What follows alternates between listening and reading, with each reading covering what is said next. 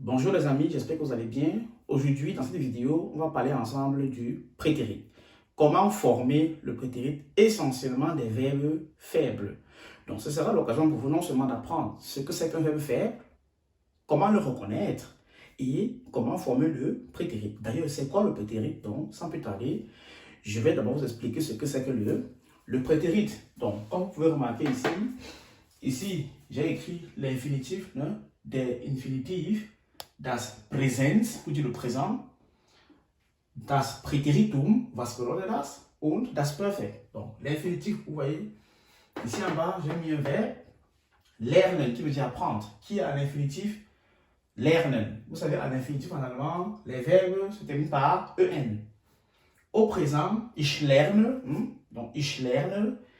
Au préteritum, le préteritum c'est quoi? C'est un peu comme l'imparfait. En français, l'imparfait. D'accord? Donc le prétérit, c'est un peu comme l'imparfait. Et puis, à la fin, on a le perfect. J'ai déjà fait une vidéo aussi pour expliquer comment est-ce qu'on fait comment est-ce qu'on construit et comment est-ce qu'on forme le perfect de tous les verbes. Que ce soit les verbes forts, faibles et tout, etc. Donc allez regarder la vidéo. Donc ici, c'est gelend, vous dites. Notez ici que le perfect se forme avec l'auxiliaire, soit l'auxiliaire être et l'auxiliaire avoir. Donc ici, si tu me dis que j'ai appris, tu vas dire ich habe gelernt. Donc je ne vais pas revenir là-dessus. C'est quoi alors le prétérit? Comment former le prétérit des verbes faibles? Il faut rappeler qu'il y a les verbes forts, qui sont les verbes irréguliers. Il y a starke Verben. Et les verbes faibles qui sont, eux, réguliers. Un peu comme en anglais. Donc, on va passer directement à quelques exemples.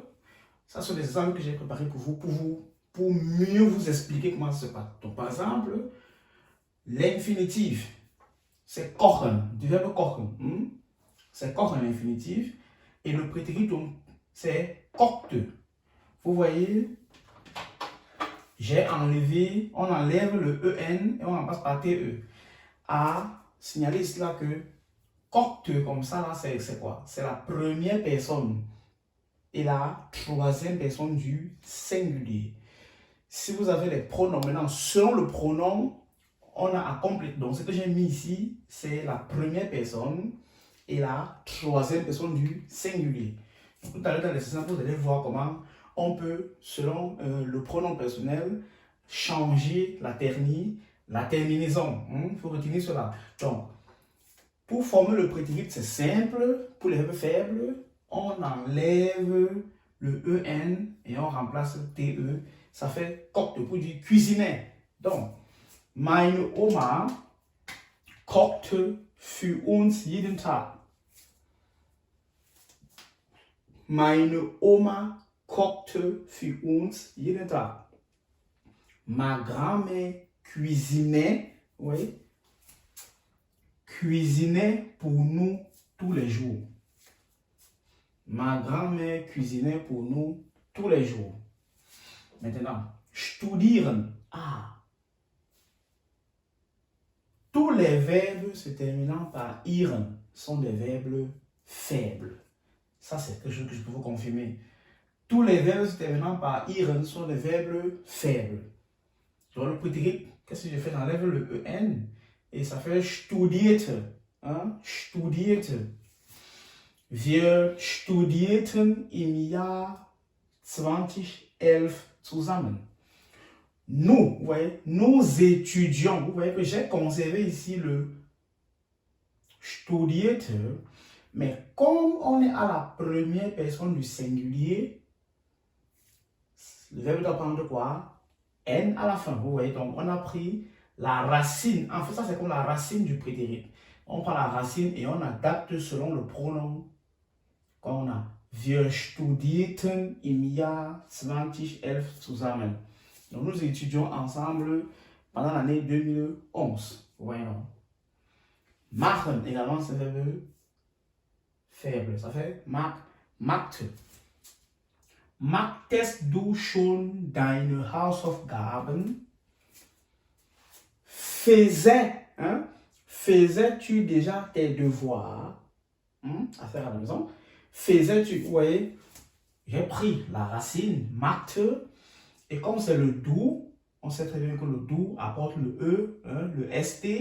Qu'est-ce que je fais? Donc, je mets donc mag test do. Vous voyez? Mag test do schon deine Hausaufgaben, hein? Arbeiten. Attention. Ici, il faut faire attention. C'est un peu une exception. Mais il est toujours faible. On ne dit pas arbeite, mais on dit arbeitet. Parce qu'il y a déjà ça ici. Vous voyez? Mais, sauf que ici, avant de mettre le TE, on rajoute, ou bien on enlève par le E. Ici, on enlève seulement le N. Et on met TE. Donc, c'est arbeitet. Parce qu'ici, il y a déjà TE en fait. Voilà. Donc, arbeiteten Sie in der Vergangenheit als Busfahrer? Travaillez-vous dans le passé comme chauffeur de bus? C'est ce que ça veut dire. Vous voyez, c'est une question. Vous voyez qu'ici, on a adapté Sie, c'est le vouvoiement. J'ai pris la racine arbeitet et j'ai mis que le N parce que c'est la dernière personne du pluriel. Donc c'est arbeiteten Sie in der Vergangenheit als Busfahrer. Travaillez avec le IEZ. Travaillez-vous dans le passé comme chauffeur de bus. Et ici, wohnen, c'est wohnte. Wohnen, c'est wohnte. Ich wohnte, vous voyez que ici, là, je n'ai rien ajouté parce que je vous ai dit que la racine ici représente la première personne du singulier et la troisième personne du singulier. Donc, je vous dis, c'est aussi wohnte. C'est ce que ça veut dire. Donc, c'est ich wohnte, wohnte, mais du wohntest. Ich wohnte in Paderborn während meines Studiums. Das ist meine Geschichte, wie ihr wisst. Ich habe in Paderborn studiert. Donc, j'habitais. J'habitais, ich wohnte, j'habitais in Paderborn während meines Studiums. Comment reconnaître les verbes faibles? À part cette règle-ci que je vous ai dit que tous les verbes se terminant par iren sont verbes faibles, en fait, il n'y a pas de règle. Il faut seulement apprendre. C'est le fait de faire les exercices qui va vous faire comprendre que ça c'est verbe faible, verbe fort. Donc, ce n'est en pratiquant. Voilà, donc, après ce que je vous ai montré ici, on va passer à un U-bon, à un exercice. Donc, restez à un exercice et vous allez vous-même déterminer si vous maîtrisez déjà, si vous avez compris ce que je vous ai enseigné. Mais avant de passer à cela, je vais vous rappeler que les cours, nous faisons les cours, d'accord, les cours d'allemand intensifs, en ligne, pour ceux qui sont en Europe, qui ont une bonne connexion Internet, en présentiel au Cameroun, à Yaoundé. Nous ne sommes pas encore à Douala, mais ça va arriver. Nous sommes pour l'instant à Yaoundé. Le centre est ouvert. Vous prenez le numéro sur la fiche, sur le prospectus qui apparaît à présent à l'écran. Vous nous contactez du A1 au C1. Les cours sont très bas prix. L'inscription est gratuite. Les répétitions sont gratuites. Voilà, je pense que ça vaut vraiment la peine d'aller là-bas. Vous avez la possibilité de recommander quelqu'un. Quand vous recommandez quelqu'un chez nous, vous avez 10 000 francs. Voilà, quand il s'inscrit, vous avez 10 000 francs. On a la rentrée qui vient de commencer. C'est encore possible d'intégrer. Il y a la rentrée le 4 août et il y a encore la rentrée le 2 septembre. Donc, dépêchez-vous, venez au centre. Il y a le Wi-Fi là-bas gratuit, satellite, pour vous permettre de regarder les films en allemand en streaming, les amis. C'est inédit, donc profitez vraiment de l'occasion. Voilà. Si tu n'es pas encore abonné, abonne-toi mon ami pour ne plus manquer mes vidéos. Like la vidéo, partage-la à tes amis qui apprennent l'allemand pour qu'ils profitent de mes explications. Parce que je prends le temps d'expliquer en français pour que vous compreniez. D'accord? Donc, abonne-toi si tu n'es pas encore abonné et partage la vidéo. Donc, la suite, comme je dis, dans un instant, avec le petit exercice. Genau, wir machen weiter einfach mit der Übung. Ne? Und ich habe hier 5 Sätze geschrieben. J'ai écrit ici 5 phrases. Et à chaque fois ensemble, je vais vous donner 3 secondes pour réfléchir et donner la bonne réponse. Et après, moi, je vais donner votre réponse. Et après, je vais écrire la bonne réponse au tableau. Donc, Sie ihr Leben lang nur einen Mann. Das Verb lautet lieben. 1, 2, 3. Qu'est-ce qui est correct? Le préteritum, bien sûr, c'est lip, sie, liebt. Sie liebt ihr Leben lang nur einen Mann. Donc, elle aimait, ou bien elle a aimé toute sa vie rien qu'un homme. C'est ce que ça veut dire. 2.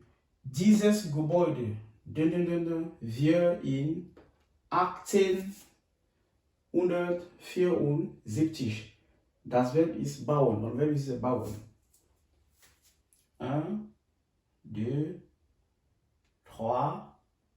Qu'est-ce qu'on va écrire? Dieses Gebäude bauten.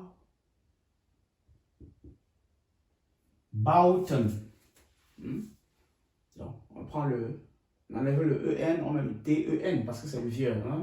Dieses Gebäude bauten wir in 1874. Ce bâtiment, nous le construisions, nous le construisions en 1962, en 1974. Donc, nous le construisions. 3. Am vergangenen Freitag seine Verlobte. Das Verb hier lautet heiraten. 1, 2, 3. Quelle est la bonne réponse? Heiratete.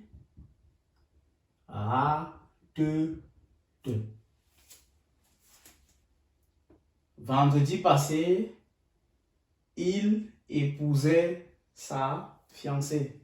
Vous voyez?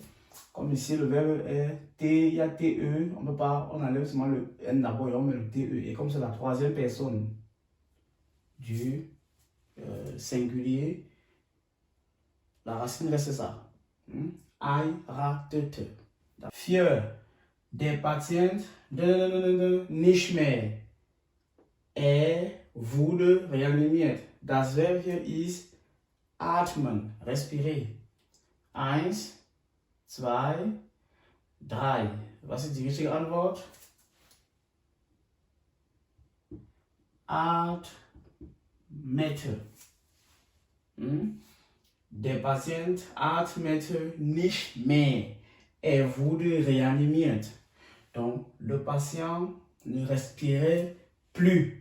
Il a été réanimé. Atmeten. Atmete. Deutsch. Genau.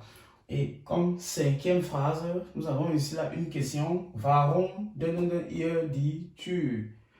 Le verbe c'est öffnen.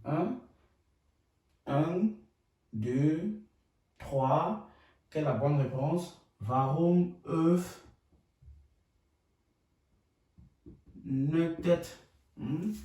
C'est ihr, la deuxième personne du pluriel. Vous voyez, c'est öffnet. Mais on met le T pour bien conjuguer, comme je vous ai expliqué. Donc, warum öffnet ihr die Tür? D'accord? Pourquoi ouvriez-vous la porte? Très bien, les amis. J'espère que vous avez compris quelque chose. N'hésitez pas à liker, partager la vidéo, mettre un pouce et de vous abonner si ce n'est pas encore le cas et d'activer la cloche de nos notifications. Partagez la vidéo massivement, rendez-la virale et écrivez en commentaire les thèmes qui vous dérangent.